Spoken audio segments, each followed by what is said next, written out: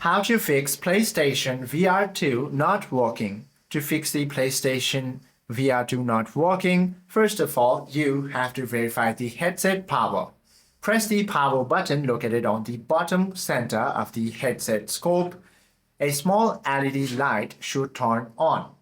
White means active, red means standby error, no light means zero power. So you simply have to fix the hidden breakaway cable. There is a secondary internal cable connector located on the top left of the headset visor.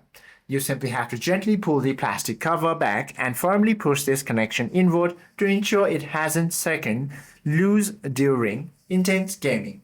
And you also have to use the correct port. Do not use USB extenders, hubs, or USB-A port on the back as they lack the bandwidth required to stream the display. Hope this video helps you out a lot. If you have any questions or queries, do comment down below.